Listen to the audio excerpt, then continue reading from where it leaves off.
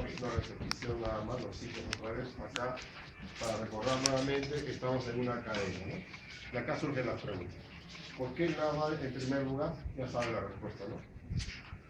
¿Por qué el par oxígeno-agua va en último lugar? Ahí está la respuesta. Pregunta, ¿qué significa 1, 2, 3? Donde se libera una cantidad de energía adecuada que explicaría la formación de ATP en la partícula F1. ¿Qué significa rotenona, antimicina, monóxido de carbono, cianuros? Van a interrumpir entonces la cadena respiratoria. Entonces mi pregunta sería, si llega rotenona a la cadena respiratoria, ¿no? El oxígeno ya no podría recibir los electrones porque se interrumpió. Entonces, si el oxígeno ya no va a recibir los electrones, se interrumpe la cadena respiratoria. Si se interrumpe la cadena respiratoria, entonces quiere decir que ya no sería necesario el ciclo de Krebs, que provee el NAD y el FAD, por ejemplo, acá en gran cantidad. Entonces, si no se utiliza ya la mitocondria, solamente nos quedaría las vías citosólicas como la vía glicolítica para ganar energía y formar ATP. Por lo tanto, si el oxígeno no va a ser utilizado, pasamos a una vía estrictamente anaeróbica a nivel del citosol.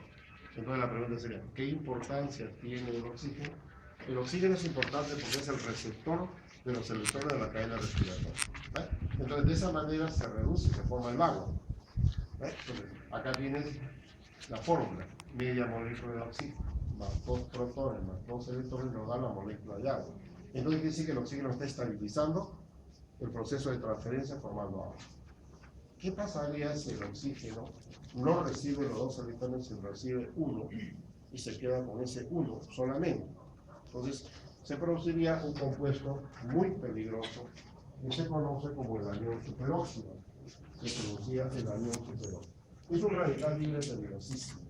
Entonces siempre que nosotros hablamos del proceso de evolución decimos a buena hora que apareció el oxígeno, ¿no? Para que las vías aeróbicas se incrementen y se consiga la mayor cantidad de ATP.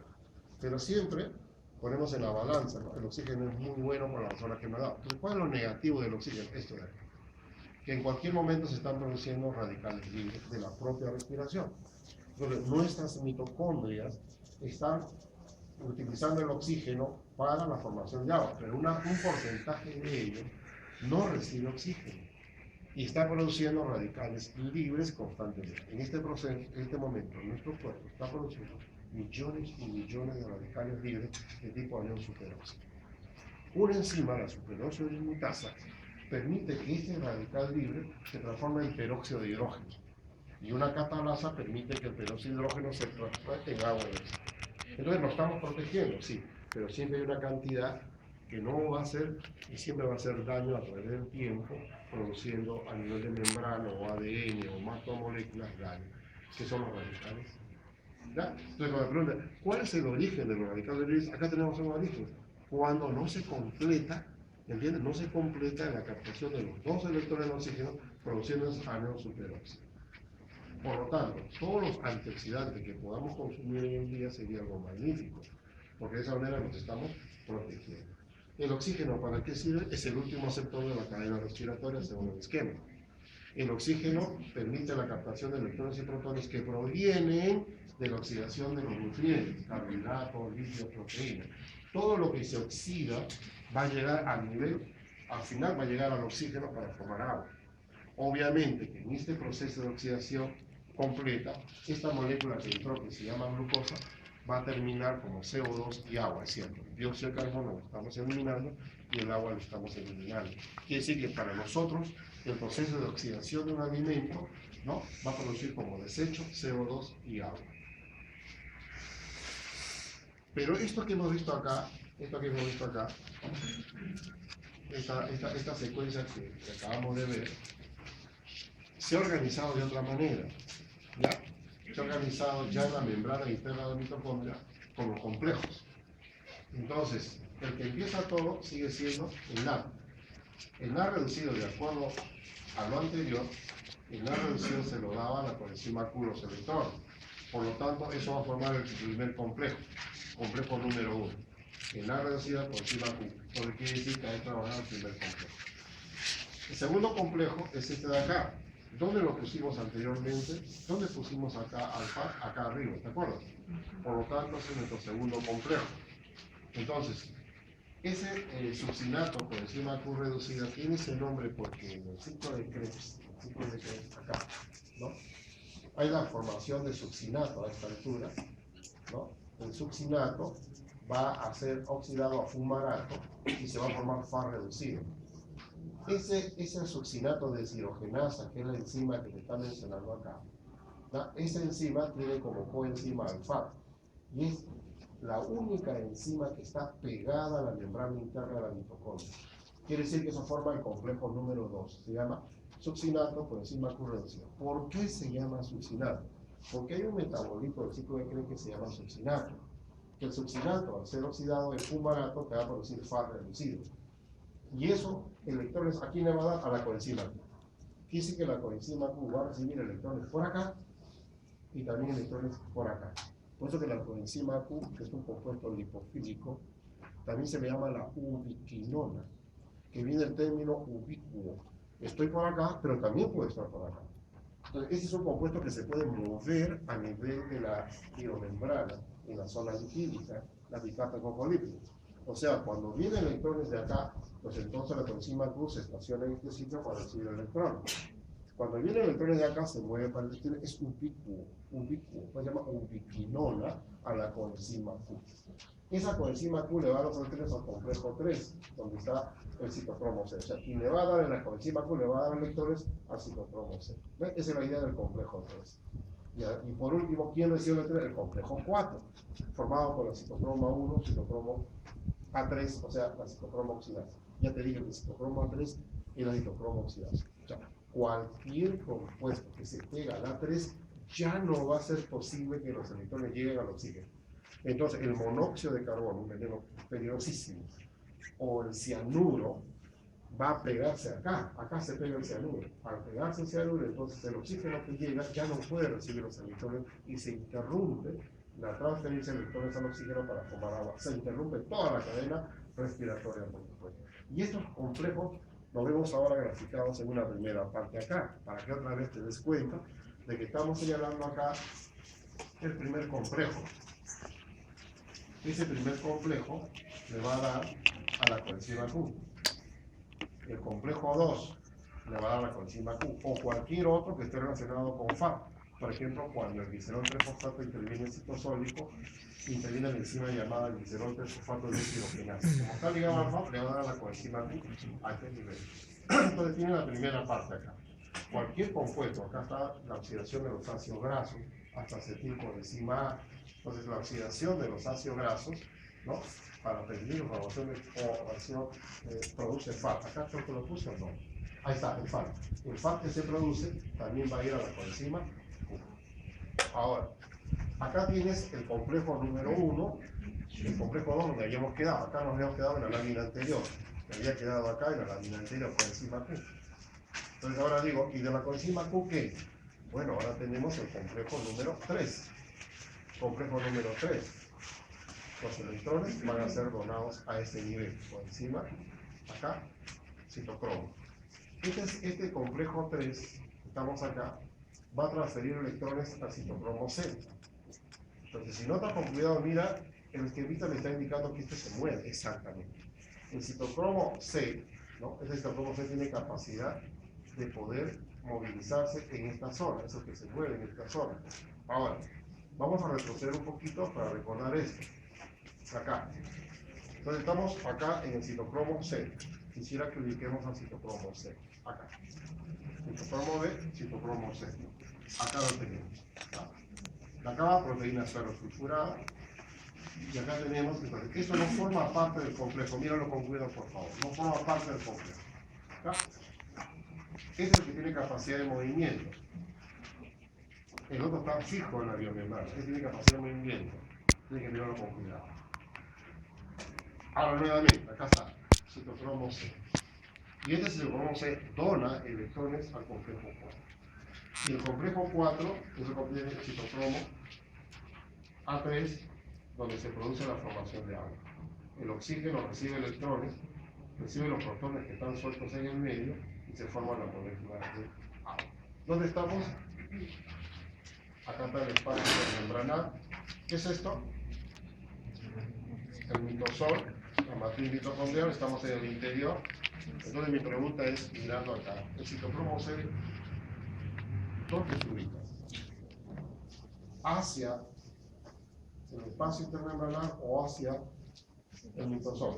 Hacia el espacio intermembranal. Entonces este es hidrofílica, netamente hidrofílica, por la posición que está ubicada. De esa manera tenemos los mismos. Entonces, si ya tenemos los 4 complejos, ¿cuál sería el quinto complejo? El quinto complejo es la proteína. Este es el quinto complejo. La F0, F1, ATP sintasa. Entonces, en este esquema puedes mirar los complejos ahora, mira. Complejo 1, complejo 2, complejo 3, complejo 4, formación de agua. ¿Y cuál es el complejo número 5? Acá lo tengo, el complejo 5. Que es el lugar exactamente donde se forma el agua.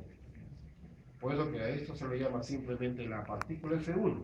Claro que el nombre completo es F0, F1, ATP sintasa. Manera práctica, simplemente partícula F1.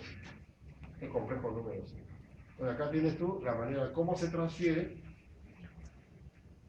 los electrones a la coenzima Q por acá y por acá. Entonces, nuevamente, este NAD reducido, míralo con cuidado, este NAD reducido pasa a la forma oxidada. Me pregunto, ¿dónde están los electrones en este complejo? Cuando estos electrones no se quedan, inmediatamente pasan, ¿a dónde van? A la coenzima Q. Ahora yo te pregunto, ¿la coenzima Q te va a recibir un electrón o te va a recibir 2 electrones?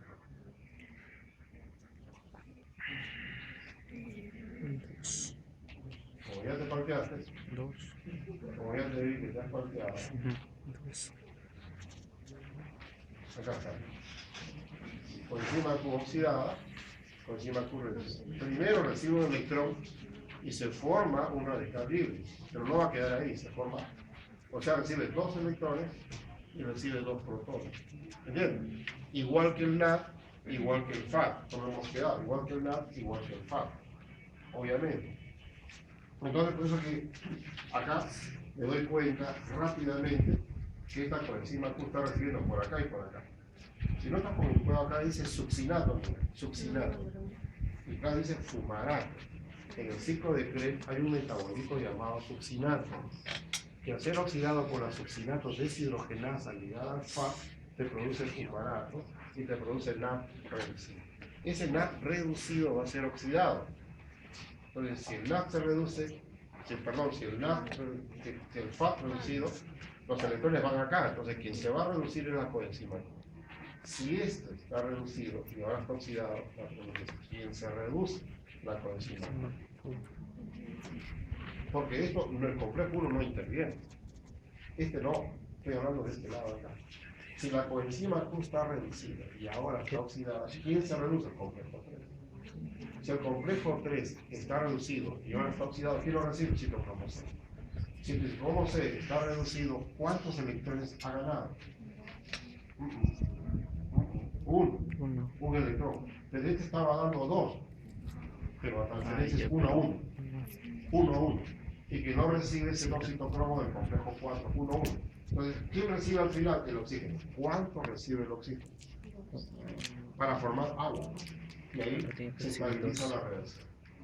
Si esto es correcto, quiere decir que hay un flujo de electrones que van caminando de acá a acá. Ahora te pregunto, ¿por qué los electrones caminan de aquí para acá? ¿Por qué los electrones en un momento no pueden caminar, como sucede en fotosíntesis, en la cadena de transporte de electrones de la fase luminosa, en la cual es muy posible en un momento determinado de la vida de la planta, esto camina en sentido contrario? ¿Pero por qué acá no? Pregunto. ¿Respuesta?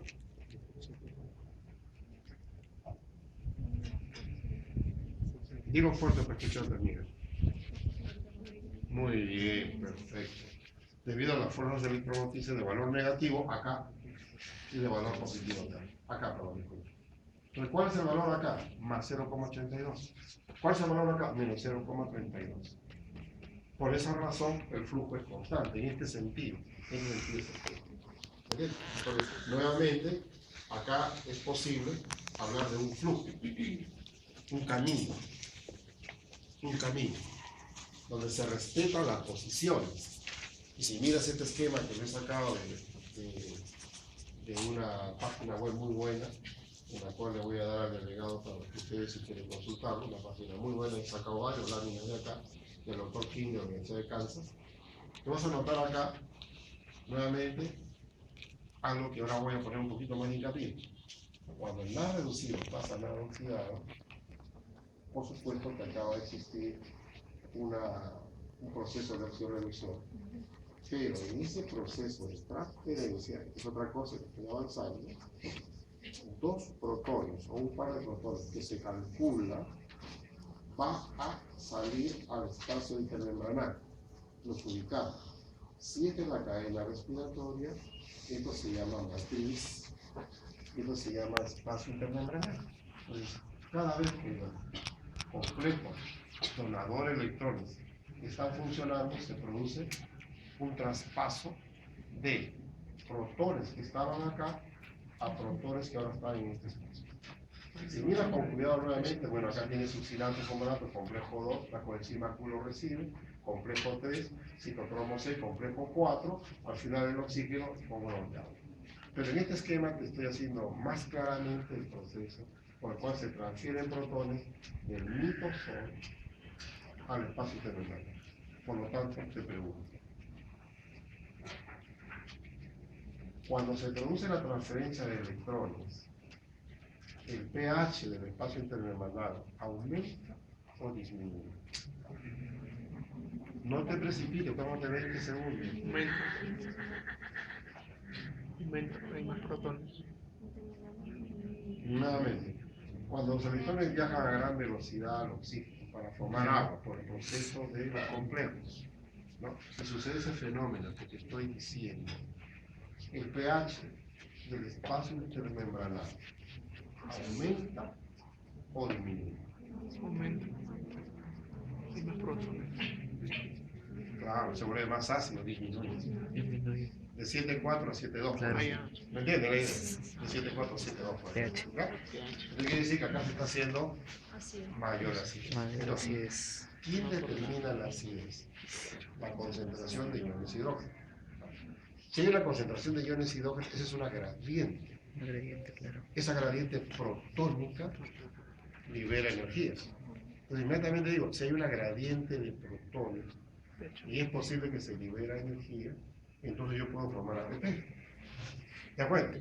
Entonces quiere decir que acá hay una fuerza que tiene que ser interpretada para formar ATP.